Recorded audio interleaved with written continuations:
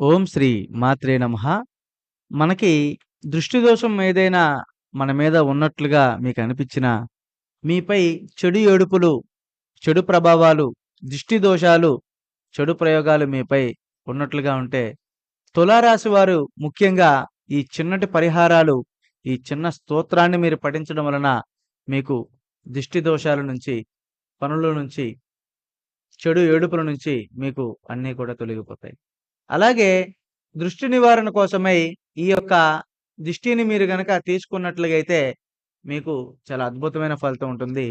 ముందుగా ఒక ఎండు మిరపకాయ, ఉప్పు, నిమ్మకాయని తీసుకొని 3 సార్లు గుండు చుట్టూ పులిపించి దూరంగా పారేయాలి. అలాగే నిప్పులలో వేయాలి దాన్ని. అలా వేసినట్లుగైతే మీపై ఉన్న చెడు ఏడుపు, చెడు కన్ను, చెడు దృష్టి పూర్తిగా తొలగిపోతుంది. అలాగే ప్రతి శుక్రవారం రోజున వైభవ లక్ష్మీ దీపం వెలిగించాలి. ఆ వైభవ లక్ష్మీ దీపాన్ని వెలిగించడం వలన మీకు చాలా అద్భుతంగా ఉంటుంది.